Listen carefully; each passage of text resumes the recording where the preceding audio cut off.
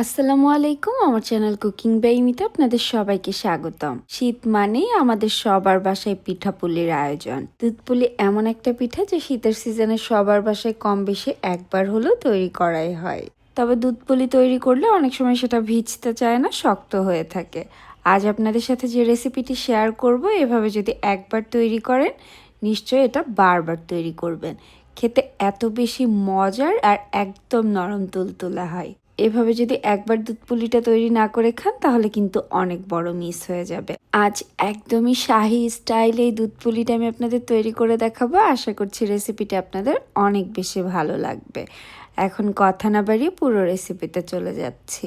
প্রথমে চুলা একটা প্যান বসিয়ে নিয়ে নিচ্ছি 1.5 কাপ তরল দুধ। দুধটা কিন্তু আগে থেকে জাল করা ছিল। এখন এর সাথে দিয়ে দিচ্ছি খুব সামান্য একটু লবণ।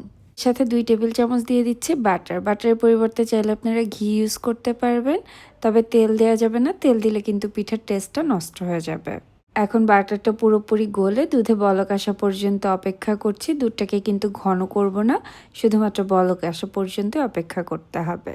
যখন দুধে বলক চলে এসেছে, এখন এর সাথে আমি দিয়ে দিচ্ছি 1.5 কাপ ময়দা।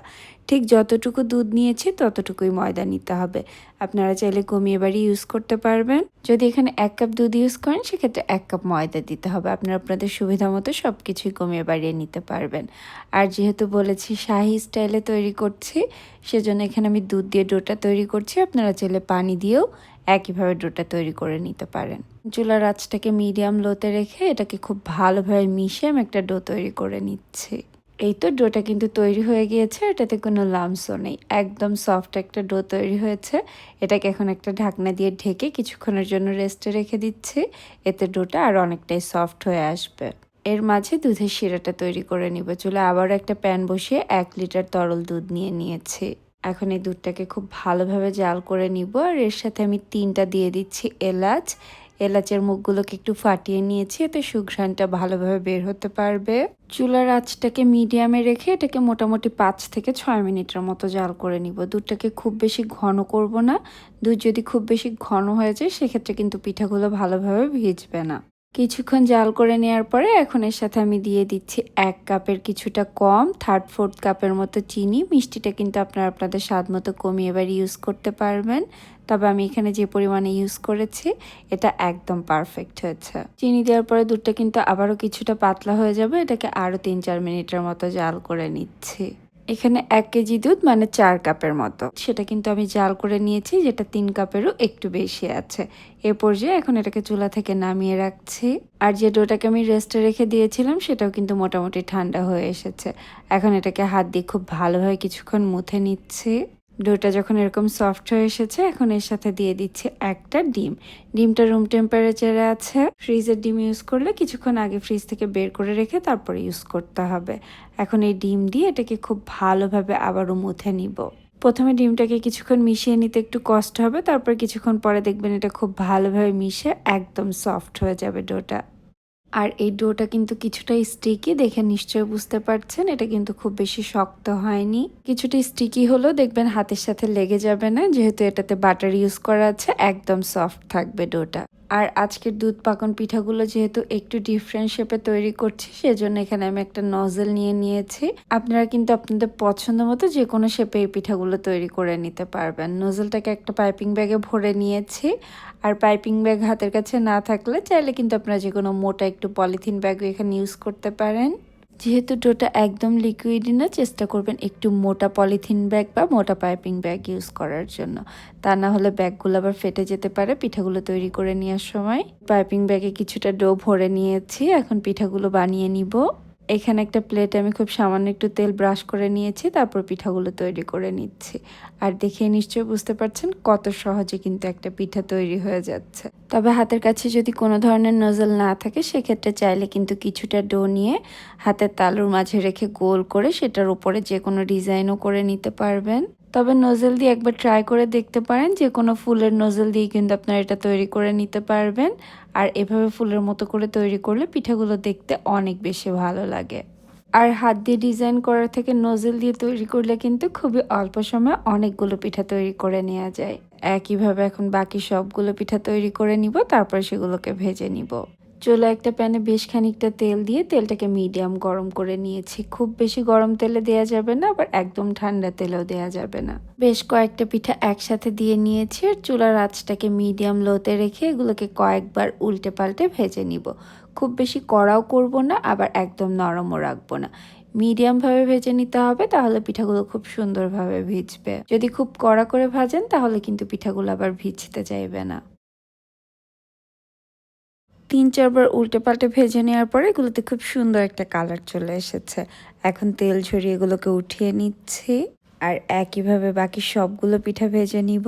সবগুলো পিঠা একসাথে ভেজে নিয়েছি আর যে দুধের শিরাটা তৈরি করে রেখেছিলাম সেটা কিছুটা ঠান্ডা হয়ে গিয়েছিল, আমি সেটাকে আবারও কিছুটা গরম করে নিয়েছি। একদম বলক ওঠা নয়, তবে ভালোভাবে গরম করে নিয়েছি দুধটাকে। এখন সবগুলো পিঠা দিয়ে দিচ্ছি, এগুলোকে একটু উল্টে পাল্টে দিচ্ছি আর এখন এটাকে ঢাকনা দিয়ে ঢেকে কমপক্ষে 1.5 থেকে 2 ঘন্টার জন্য এটাকে রেস্টে রেখে দিতে হবে। আপনারা চাইলে কিন্তু সারা রাত্রের জন্য এটাকে ভিজিয়ে রাখতে পারেন। আমি 2 ঘন্টার মতো পিঠাগুলোকে ভিজিয়ে রেখেছিলাম। এখন আপনাদের একটু সার্ভ করে দেখিয়ে দিচ্ছি যেগুলো কত সুন্দরভাবে ভিজেছে আর পিঠাগুলো একদম নরম তুলতুলে হয়ে গিয়েছে।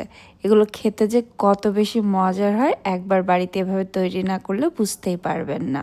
আর যদি এভাবে একবার পিঠাটা তৈরি করেন সবাই আপনার প্রশংসা করতে বাধ্য হবে। দেখতে যতটা সুন্দর, খেতেও ততটাই মজা। উপরে কিছুটা বাদাম দিয়ে এটাকে গার্নিশ করে নিচ্ছি, তবে এটা অপশনাল, দিতে না চাইলে না দিলেও চলবে। আর যারা আমার রেসিপিটি দেখছেন ভালো লেগে থাকলে লাইক, কমেন্ট এবং সাবস্ক্রাইব করতে ভুলবেন না। বাড়িতে রেসিপিটি এভাবে ট্রাই করে থাকলে সেটাও আমাকে কমেন্ট সেকশনে জানাতে পারেন। পিঠা এমন একটা খাবার যেটা বাঙালিদের খুবই পছন্দের। শীত আসতে না আসতেই শুরু হয়ে যায় বিভিন্ন পিঠার মৌসুম। এক এক এলাকায় এক এক ধরনের পিঠা তৈরি হয়, আর ছোট থেকে বড় পিঠা খেতে পছন্দ করে না এমন মানুষ খুব কমই আছে। আজ আমি আপনাদের সাথে এমন একটা পিঠার রেসিপি শেয়ার করব যেটা হয়তোবা আগে আপনারা কখনো এভাবে তৈরি করেননি। এই পিঠাটা খেতে অসম্ভব মজার, উপরটা ক্রিস্পি আর রসালো আর ভেতরে একটা মালাইয়ের ফিলিং, যেটা একদম শাহি শাহি একটা ভাব আছে। এভাবে যদি একবার পিঠাটা তৈরি করেন, এই পিঠা আপনাদের এত বেশি পছন্দ হবে যে বারবার এটাই তৈরি করবেন। আর আমাকে তো অবশ্যই একবার থ্যাংক ইউ বলে যাবেন। আমি আশা করছি রেসিপিটি আপনাদের ভালো লাগবে। প্রথমে একটা বড় বোলে নিয়ে নিচ্ছি 1.5 কাপ ময়দা। এখানে ময়দা দিয়ে পিঠাটা তৈরি করার চেষ্টা করবেন। এর সাথে স্বাদ মতো কিছুটা লবণ দিয়ে দিচ্ছি আর 1/2 চা চামচের একটু বেশি দিয়ে দিচ্ছি বেকিং পাউডার। এখন শুকনো উপকরণগুলোকে ভালোভাবে মিশিয়ে এর সাথে দিয়ে দিচ্ছি 2 টেবিল চামচ ঘি। চাইলে আপনারা এখানে ঘিয়ের পরিবর্তে তেলও ইউজ করতে পারেন, তবে ঘি দিলেই কিন্তু এটা টেস্ট বেশি ভালো আসবে। ঘি দেওয়ার পরে ময়দার সাথে ঘিটাকে খুব ভালোভাবে ডলে ডলে মেখে নিতে হবে। মেখে নেওয়ার পরে ময়দাটা অনেকটা এরকম হয়ে আসবে, মুঠি করলে দেখবেন মুঠি হয়ে যাবে। এখন এখানে অল্প অল্প করে পানি দিয়ে আমি একটা সফট ডো তৈরি করে নিব। ডোটা খুব বেশি নরমও হবে না, আবার খুব বেশি শক্তও হবে না। আমার এখানে 1/2 কাপের মতো পানি লেগেছে, আপনাদের কিছুটা কম বা বেশিও লাগতে পারে। ডোটাকে খুব ভালোভাবে মুথে নিয়েছি। এখন এটাকে 10 থেকে 15 মিনিটের জন্য রেস্টে রেখে দিচ্ছি আর এর মাঝে ভেতরের শাহি ফিলিংটা তৈরি করে নিব। চুলায় একটা প্যান বসিয়ে 1.5 টেবিল চামচের মতো দিয়ে নিয়েছি ঘি। আর এখানে আমি 2 ধরনের বাদাম ইউজ করেছি, কাজু বাদাম আর কাঠবাদাম। এগুলোকে ছোট ছোট করে কেটে নিয়েছি। আপনারা চাইলে 2-3 ধরনের বাদাম ইউজ করতে পারেন, তবে হাতের কাছে না থাকলে যে কোনো একটা বাদামও দিতে পারেন। আর এখানে আমি 2 টেবিল চামচের মতো করে নিয়েছি। 2 টেবিল চামচ নিয়েছি কিশমিশ। এখন চুলার আঁচটাকে মিডিয়ামে রেখে এটাকে 2 মিনিটের মতো একটু ভেজে নিচ্ছি। এখন এর সাথে দিয়ে দিচ্ছি 1 টেবিল চামচের মতো ডেসিকেটেড কোকোনাট বা শুকনো নারকেলের গুঁড়া।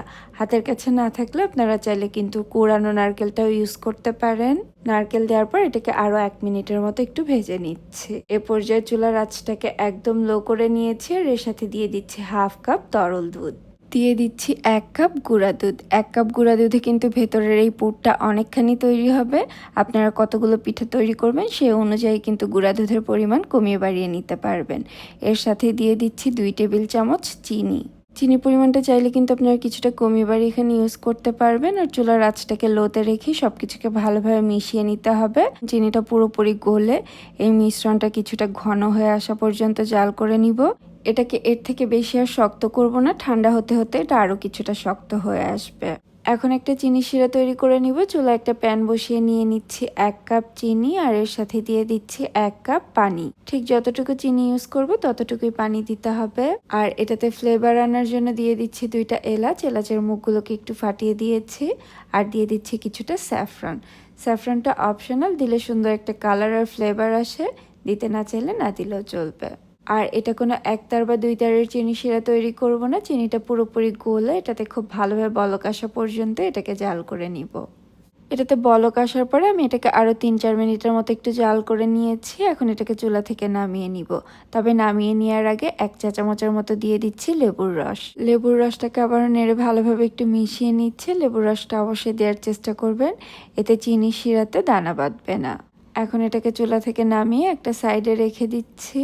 আর এর মাঝে ডোটাকেও রেস্ট দেওয়া হয়ে গিয়েছে। এটাকে আবার একটু মুথে নিচ্ছে, তারপর 2টা ভাগে ভাগ করে একটা করে রুটি বেলে নিব।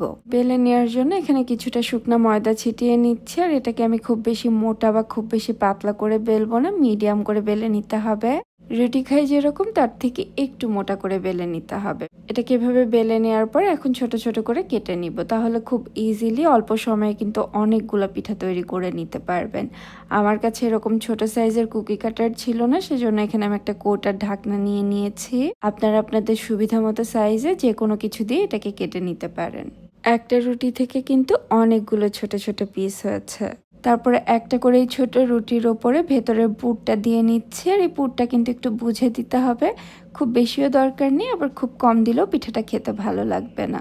পুরটা দিয়ে নেওয়ার পরে সাইডে একটু পানি লাগিয়ে নিচ্ছে, যেন আরেকটা রুটি দিয়ে এটাকে প্রেস করে নেওয়ার সময় খুব ইজিলি লেগে যায়।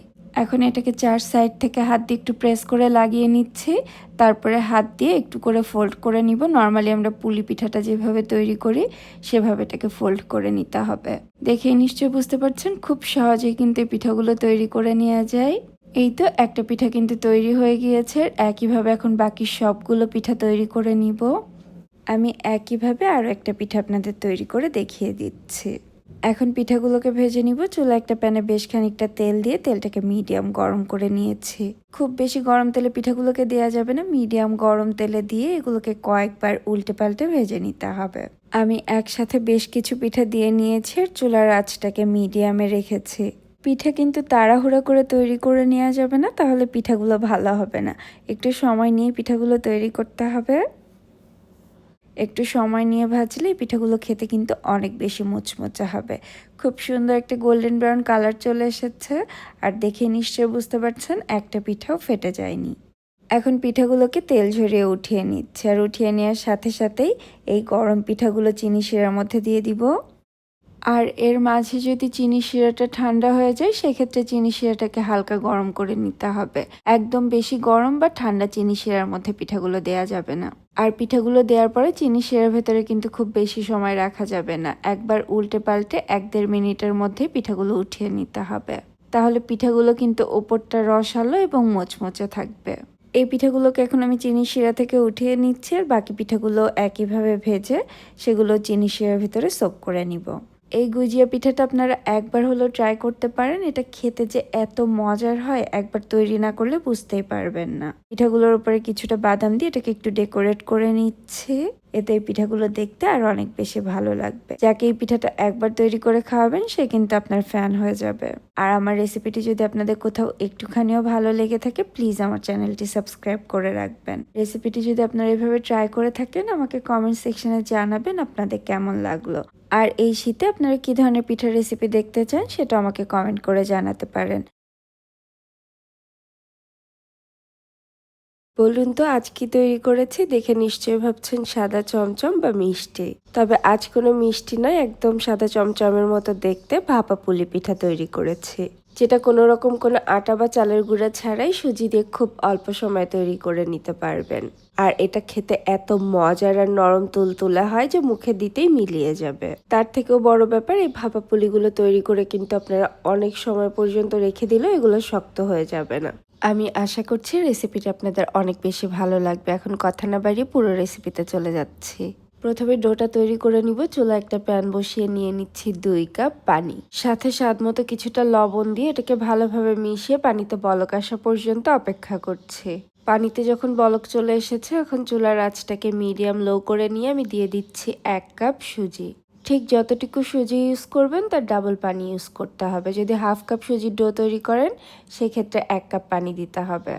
সুজি কিন্তু খুব দ্রুত পানি সোক করে নেয়, এই জন্য চুলার আঁচটাকে মিডিয়াম লোতে রেখে এটাকে খুব ভালোভাবে তাড়াতাড়ি নেড়ে মিশিয়ে নিতে হবে।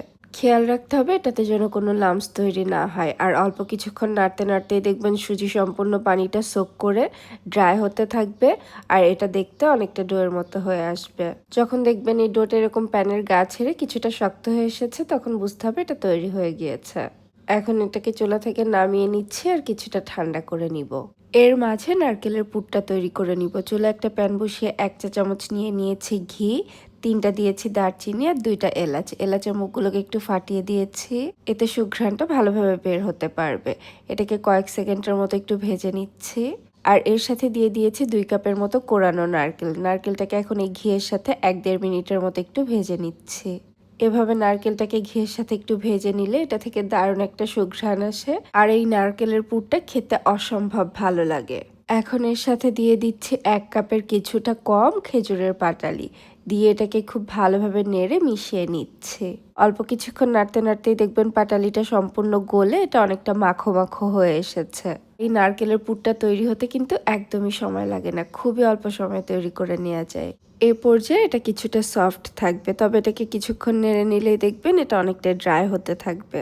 আবার এটাকে খুব বেশি সময় ধরে জাল করা যাবে না, তাহলে চুলা থেকে নামানোর পরে এটা অনেক বেশি শক্ত হয়ে যাবে। কিছুটা মাখো মাখো থাকতেই চুলা থেকে নামিয়ে নিতে হবে। নারকেলের পুরটাকে ঠান্ডা হতে রেখে সুজির ডোটাকে হাত দিয়ে খুব ভালোভাবে মুথে নিব। এটা কিন্তু পুরোপুরি ঠান্ডা হয়ে যায়নি, কিছুটা গরম অবস্থাতেই মুথে নিতে হবে। এর সাথে 1 চা চামচের মতো ঘি দিয়ে নিয়েছি। ঘি দিলে যেমন এটাতে একটা সুঘ্রাণ আসে আর হাতের সাথেও লেগে যায় না। ঘিয়ের পরিবর্তে চাইলে আপনারা তেলও ইউজ করতে পারেন। এটাকে খুব ভালোভাবে মুথে নিয়েছি, দেখে নিশ্চয়ই বুঝতে পারছেন একদম সফট একটা ডো তৈরি হয়েছে। এখন এখান থেকে অল্প কিছুটা পোর্শন নিয়ে প্রথমে সেটাকে হাত দিয়ে গোল করে নিচ্ছি, তারপর একটু চ্যাপ্টা করে নিব। এখন এর মাঝ বরাবর নারকেলের পুরটা দিয়ে নিব। যেহেতু চমচম শেপে পিঠাগুলো তৈরি করব, নারকেলের পুরটা কিছুটা নিয়ে সেটাকে হাত দিয়ে একটু গোল করে নিচ্ছি। তারপরে এটাকে দিয়ে হাত দিয়ে খুব ভালোভাবে সাইডগুলোকে লাগিয়ে নিয়ে হাত দিয়ে একটু রোল করলেই কিন্তু খুব সহজে চমচমে শেপ তৈরি হয়ে যাবে।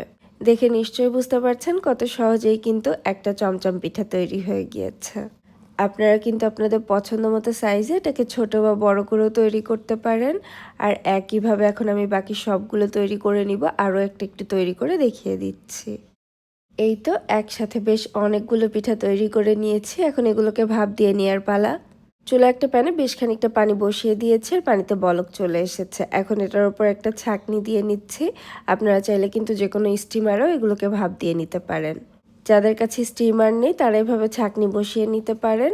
আর এটার উপরে কিছুটা তেল ব্রাশ করে নিচ্ছি যেন পিঠাগুলো এটার সাথে লেগে না যায়। বেশ কিছু পিঠা একসাথে দিয়ে নিচ্ছি আর একটু ফাঁকা ফাঁকা করে দিতে হবে, কেন এটা ভাপ দিয়ে নেওয়ার পরে কিছুটা বড় হয়ে আসবে। এখন এটাকে ঢাকনা দিয়ে ঢেকে নিচ্ছে। ঢাকনায় কোনো ছিদ্র থাকলে অবশ্যই সেটাকে বন্ধ করে নিতে হবে। এখন এটাকে কমপক্ষে 15 মিনিটের মতো ভাপ দিয়ে নিব। 15 মিনিট পরে এই তো আমার পিঠাগুলো কিন্তু তৈরি হয়ে গিয়েছে। আর একইভাবে বাকি সবগুলো পিঠা আমি তৈরি করে নিয়েছি। এখন এগুলোকে এভাবেই সার্ভ করতে পারেন, খেতে অসম্ভব মজার আর দেখতেও কিন্তু খুবই সুন্দর হয়েছে। এখন এই চমচম পুলি পিঠাগুলোকে আরও বেশি আকর্ষণীয় করে নেওয়ার জন্য আমি এখানে কিছুটা শুকনো নারকেলের গুঁড়া নিয়েছি আর একটা করে পিঠা নিয়ে এটার ভেতরে খুব ভালোভাবে রোল করে নিচ্ছি। এতে এই পিঠাগুলো দেখতে অনেক বেশি ভালো লাগবে। এই শীতে এভাবে পুলি পিঠাটা তৈরি করে যে কাউকে চমকে দিতে পারেন। দেখে আসলে কেউ বুঝতেই পারবে না যে আপনি মিষ্টি তৈরি করেছেন না পিঠা। আর এই পিঠাগুলো খেতে এত বেশি মজার আর সফট হয় যে মুখে দিতেই কিন্তু একদম মিলিয়ে যাবে। আর আপনারা চাইলে তৈরি করে রেখেও দিতে পারেন, শক্তও হয়ে যাবে না। রেসিপিটি এভাবে ট্রাই করতে পারেন, আশা করছি আপনাদের অনেক বেশি ভালো লাগবে। আর যদি এভাবে ট্রাই করে থাকেন আমাকে কমেন্ট সেকশনে জানাতে ভুলবেন না আপনাদের কেমন লাগলো। আজ আপনাদের সাথে এমন একটা ফুলের রেসিপি শেয়ার করব যেটা হয়তো বা আপনারা গাছে পাবেন না, তবে বাসায় কিন্তু খুব সহজে তৈরি করে নিতে পারবেন। এই ফুল পিঠাগুলো দেখতে এত বেশি সুন্দর হয় যে তৈরি করলে মনে হয় না খেয়ে এগুলোকে সাজিয়ে রাখি, তবে খেতে এত বেশি মজার হয় যে একবার একটা খেলে বারবার খেতে ইচ্ছে করবে। আর এই শীতে একবার হলো এই ফুল পিঠার রেসিপিটি ট্রাই করতে হবে, তা না হলে কিন্তু অনেক বড় মিস হয়ে যাবে। পিঠাগুলোর ওপরটা কিছুটা রসালো আর ভেতরটা একদম ক্রিস্পি। কাউকে ইমপ্রেস করতে চাইলে এটা কিন্তু মাস্ট ট্রাই একটা আইটেম। তৈরি করলেই সে কিন্তু অনেক বেশি খুশি হয়ে যাবে। আমি আশা করছি রেসিপিটা আপনাদের অনেক বেশি ভালো লাগবে। এখন কথা না বাড়িয়ে আমি পুরো রেসিপিতে চলে যাচ্ছি। প্রথমে এখানে একটা বড় বলে নিয়ে নিচ্ছি 1 কাপ ময়দা। ময়দা দিয়েই কিন্তু পিঠাটা তৈরি করতে হবে। এর সাথে স্বাদ মতো কিছুটা লবণ দিয়ে দিয়েছি আর 1 চা চামচ ভরে দিয়েছি ঘি। ঘিটাকে ময়দার সাথে খুব ভালোভাবে হাত দিয়ে একটু ডলে ডলে মেখে নিচ্ছি। ঘিয়ের পরিবর্তে চাইলে আপনারা তেলও দিতে পারবেন, তবে ঘি দিলে এটাতে সুন্দর একটা সুঘ্রাণ আসবে।